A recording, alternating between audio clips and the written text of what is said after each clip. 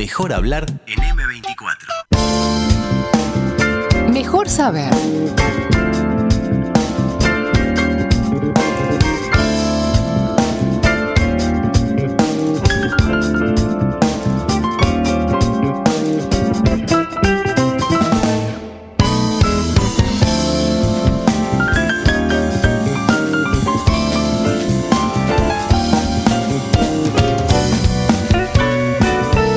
Está comenzando el espacio Mejor Saber que hace que vuelva al estudio de M24 Alejandra Couto en un 28 de mayo. Así es. Día Internacional de Acción por la Salud de las Mujeres. Alejandra, bienvenida. Hola Martín, muy buenos días. Sí, 28 de mayo, justamente el Día Internacional de Acción por la Salud de las Mujeres, como tú decías. En ese marco quisimos visibilizar una preocupación que se está instalando cada vez más en nuestra ciudadanía. ¿De qué se trata? Bueno, de algo que adelantábamos en nuestro informe anterior. Cursar un embarazo en tiempos de COVID-19 parece ser una situación bastante más difícil de lo que pensábamos hace unos meses atrás. Y ahí el título de tu informe de hoy, que es Los temores y dificultades de cursar un embarazo en tiempos de COVID. Exactamente, porque existe una alerta de parte de los médicos por el aumento de casos de embarazadas con COVID graves en CTI. En muchos casos son mujeres jóvenes que contraen la enfermedad y sus cuadros clínicos se agravan en cuestión de días, Martín. Desde el menú del día, el 20 de abril, o sea, hace un poquito más de un mes, conversamos con el ginecólogo e integrante de la directiva de la Sociedad Ginecotocológica, me refiero a Gerardo Vitureira, y él nos daba un panorama general de cómo estaban siendo atendidas las embarazadas en los centros de salud en el marco justamente de la pandemia. En la pandemia, más allá de las restricciones y la disminución de la presencialidad, que tuvo dos picos al comienzo de la pandemia y al final de la misma, las embarazadas no se dejaron de atender. ¿A qué voy con esto? Que eso no para. O sea, una mujer que está embarazada y sigue su progresión del embarazo, no se puede posponer el número y la necesidad de control. En ese sentido, la presencialidad no estuvo interrumpida en el grupo de embarazadas. En general, la ecuación que siempre nosotros tenemos que ver, que es lo que hizo el mundo, es el riesgo de tener un control y que por ese control se omitiera alguna cosa que pusiera en riesgo el embarazo, se contrapesaba con la posibilidad y el riesgo de exponer a la embarazada a un contacto con un centro de salud. Entonces, en los estadios iniciales, 9 semanas, 10 semanas, el riesgo de contraer el virus frente a una circulación de viremia elevada es mayor que el riesgo de omitir algo por no ver la embarazada. Esa ecuación es inversamente cuando está de 36, 37 semanas, donde la presencialidad es primordial. Ahí está la explicación de esas variables que se tienen en cuenta. Exactamente, sí. Bueno, según Vitureira se alternó entre, como él decía, telemedicina y atención presencial dependiendo del mes de gestación que cursaba cada una de las mujeres embarazadas. En ese momento, hace poquito más de un mes, la revista médica The Lancet había publicado el resultado de un informe que afirmaba que el número de bebés que murieron dentro del útero aumentó en casi un tercio, y esto coincidía con la misma proporción de mujeres que fallecieron estando embarazadas. Esto a nivel mundial. Sí. No obstante, Vitureira aclaró que desde el Ministerio de Salud Pública al 20 de abril no se había registrado ningún caso de muerte materna asociado a la enfermedad aquí. Claro. En nuestro país. Fines del mes pasado. Exacto, 20 de abril. De todas maneras, por la situación que se observaba a nivel internacional, se conocían los riesgos. Bueno, el tema de la infección COVID a lo largo de esta pandemia, y hace poco escribimos un artículo al respecto, fuimos aprendiendo a medida que el mundo aprendía el efecto sobre el embarazo. Al principio del embarazo, el efecto del COVID no estaba tan reflejado en cuanto al embarazo. ¿Qué pasa? Pasó un año, o sea, mujeres que se infectaron con COVID terminaron desapariendo porque pasaron más de 9 meses de pandemia a nivel internacional y a nivel nacional. Y ahí, el resumen de datos, vimos que no es lo mismo si la mujer se infecta de COVID estando embarazada con respecto a la misma mujer, con la misma franja etaria, con las mismas comorbilidades que pueda no tener si no lo está. O sea, el COVID en el embarazo tiene un efecto sobre la evolución del COVID en la madre y le enfrenta complicaciones del embarazo que no las tendría obviamente si no tuviera COVID y no estuviera embarazada. O sea, se podría decir que hay un riesgo aumentado de la paciente embarazada de cuando contrae el COVID. Llegamos a una conclusión importante. Sí, y esta preocupación y miedo al contagio no es lo único que han tenido que atravesar las embarazadas durante esta nueva normalidad. Entre junio y diciembre del 2020, la organización Gestar Derechos recibió 136 denuncias por violencia obstétrica, y en lo que va del 2021 han recibido otras 41 denuncias por la misma causa. Bueno, ¿qué es este tipo de violencia? Es una de las 18 formas de violencia de género incluidas en la Ley Integral de Violencia Basada en Género. Es una forma específica que es ejercida por profesionales de la salud, médicos, enfermeros, ecografistas, parteros, bueno, etcétera. Y Gestar Derechos es una organización integrada por abogadas, por una psicóloga y una partera que se dedican justamente a asesorar, sobre todo a las mujeres embarazadas, en temas vinculados al parto humanizado, a la lactancia y también a la violencia obstétrica. En tanto, existe una guía en salud sexual y reproductiva del Ministerio de Salud Pública, justamente para controlar que la violencia obstétrica no exista ni en prestadores públicos ni en prestadores privados. Esto nos contaba María Echeto, abogada de la organización Gestar Derechos.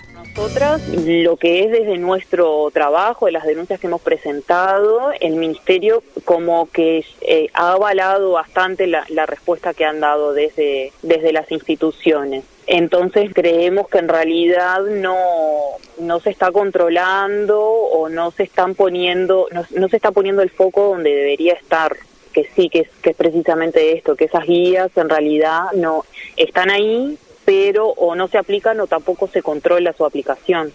No es en todas las instituciones, ojo, y dentro de instituciones también hay equipos, se da a veces como una disputa entre equipos de salud donde algunos tienen en consideración todo esto, pero cuando hay alguna directiva que va un poco más allá de ellos, se encuentran también en esta tensión de, bueno, yo quiero garantizarlo, pero no estoy pudiendo. O sea que más allá de lo escrito y de que hay excepciones, no en todo el sistema ocurre lo mismo, evidentemente falta mucho según lo que Cheto dice. Exacto, mucho control sobre todo, claro. ¿No, Martín? Porque si bien la normativa está, no se estaría controlando. Y pasa como en todos lados, como tú decís, hay médicos que son más simpáticos que otros. Termina dependiendo de la variable personal. Así es. Bueno, el martes pasado, cuando presentamos el informe sobre interrupción voluntaria del embarazo, anunciábamos que íbamos a tratar este tema porque en ese momento, dialogando con el ex subsecretario de Salud, me refiero a Leonel Brioso, quien además es ginecólogo y jefe del Departamento de Maternidad en el Hospital de la Mujer de ACE, él nos transmitía su preocupación porque hoy por hoy tenemos que lamentar 5 muertes maternas y 4 muertes perinatales. Por otra parte, hasta el 25 de mayo existían 5 pacientes embarazadas y o puérperas que estaban en CTI, incluso, Martín, una de ellas intubada. Lo que sí digo es que es absolutamente imprescindible contar a la brevedad posible con todos los registros que tienen que ver con salud sexual y reproductiva y mortalidad materna. Fundamentalmente por algo que no tiene que ver con esta nota que me estás haciendo, pero que es hoy el problema más importante que hay a nivel de la salud sexual y reproductiva, que es de la muerte materna por mujeres embarazadas con COVID. El fin de semana tenemos que lamentar la 5ª muerte materna de mujeres y ni siquiera en la prensa se ha difundido esta situación que es absolutamente alarmante para nuestro país, un país habituado a tener cifras de 6, 7 muertes maternas por año, que al mes de mayo tenga 5 muertes maternas por COVID, varias pacientes internadas en CTI, muchas de ellas intubadas, es algo terrible que es lo que hoy por hoy nos está desvelando, ya que precisamos la información para establecer estrategias adecuadas para mitigar este gravísimo problema de salud, esta verdadera emergencia sanitaria que tenemos y que no veíamos en la salud materna. En menos de medio año, casi la misma cantidad de muertes que las que antes se registraban por estos motivos en un año entero. Exacto, sí, alarmantes los números, alarmantes. Bueno, y Brioso mencionaba una muerte ocurrida el sábado pasado, Martín, capaz que te acordás. Sí. Se trataba de una mujer que cursaba el 8º mes de embarazo y falleció en Paysandú. Bueno, el director departamental de salud de Paysandú, Carlos Leoni, notoriamente afectado, se refirió a este tema. Un COVID muy intenso y para mejorarlo se le hizo una cesárea. Y el bebé bien, no tuvo problemas, no se infectan, generalmente los bebés no tienen problemas, pero la señora lamentablemente fue al CTI, la luchó y le mandamos nuestras condolencias a los familiares y decirle que en base a ella nosotros presionamos para que las embarazadas fueran una prioridad. Y bueno, eso sucedió y no queremos que vuelva a suceder, y ya tuvimos 2 mujeres más con cesárea, con partos con COVID, y actualmente tenemos una embarazada que está cursando casi el 7º mes y que está en el CTI. Esas cosas no pueden suceder. Testimonios que llegan de un sistema de salud sometido a tensiones que también están muy por encima de las normales antes de esta etapa. Sí, muy difícil la situación de muchos médicos, sin lugar a dudas. Bueno, pero todo esto ha sucedido, como decíamos, muy rápido. Hace un mes lo veíamos como algo que pasaba a nivel internacional, pero acá en Uruguay no estaba ocurriendo, estábamos como tranquilos en este aspecto. Brioso destaca que falta información de parte del Ministerio de Salud Pública, algo que también mencionábamos en nuestro informe anterior, falta información, pero de todas maneras nos explicó el porqué de la evolución de la enfermedad. Lo que ha ocurrido está en estudio y precisamos datos para saber más, pero lo que vemos en las cifras internacionales es que el genio evolutivo del COVID cambió radicalmente con las nuevas cepas. Es probable que la cepa P1 tenga que ver con eso en el embarazo, y en las mujeres embarazadas del 2º y 3er trimestre con factores de riesgo como son obesidad, alteraciones de la nutrición, la edad materna avanzada o patologías previas como la preeclampsia o trombosis, es particularmente grave. Yo, en lo personal, con 30 años de profesión, hace 11 años que soy profesor titular de la Clínica Gineco-Oncológica A, y hace muchísimos años que trabajo en Pereira Rosell. Ahora tengo el privilegio de ser jefe de servicio por concurso desde el punto de vista técnico de la maternidad. Nunca había visto una afección que evolucione con esta rapidez. Es, por lo tanto, fundamental enfocar en este tema, fundamental. La rapidez como elemento distintivo. Así es. Nosotros nos comunicamos ayer porque nos enteramos que esta preocupación también llegó al Parlamento. Entonces nos comunicamos con la diputada por el Frente Amplio, Cristina Lustenberg, que fue quien elevó un pedido de informes al Ministerio de Salud Pública respecto de la temática embarazo y COVID-19. Bueno, ella lo que pidió fueron datos completos y totalmente actualizados, porque eso es otra de las cosas que está sucediendo. Quizás no nos enteramos en el momento que están sucediendo las cosas y no se pueden evitar de esta manera. Se necesita información. Nos comunicamos con Lustenberg. Amparados en el artículo 118 de la Constitución, hicimos un pedido de informes al Ministro de Salud Pública con respecto a la temática embarazo y COVID-19, teniendo en cuenta preguntas concretas: cuántas mujeres embarazadas hoy están cursando COVID-19, cuántas mujeres embarazadas cursaron COVID-19 desde el comienzo de la emergencia sanitaria hasta el 26 de mayo del 2021, cómo ha sido la evolución, cuántas mujeres embarazadas se han vacunado hasta el 26 de mayo y a qué prestador pertenecen, y con especial preocupación en cuántas muertes maternas ha habido el 26 de mayo del 2021 por COVID-19, y queremos conocer cuáles son las recomendaciones por parte del MSP para la atención de embarazadas y recién nacidas en este contexto de epidemia, qué protocolos están actualizados dirigidos a equipos de salud, y si hay una certificación, una directiva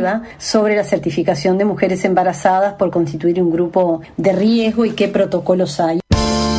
Esas son las preguntas incluidas en el pedido de informes cursado por la diputada Lustenberg del Frente Amplio al Ministerio de Salud Pública. Los pedidos de informes, en este caso recientemente presentado, el que estamos mencionando, por disposición, digamos, por lo que dicen las normas, no es que deben responderse al otro día. Ahora habrá que esperar cuándo está la respuesta. ¿Qué sabemos de los plazos? Bueno, tienen 30 días para responder, 30 días. Después se puede pedir una prórroga, por lo tanto esto no es algo que sale para mañana, pero sin lugar a dudas esto es una urgencia, esto es algo que se tiene que atender hoy. Estaremos atentos y atentas a esa respuesta del Ministerio. Muchas gracias, Alejandra. Gracias a vos, Martín. 97.9 FM Montevideo. 102.5 FM Maldonado. Escucha distinto.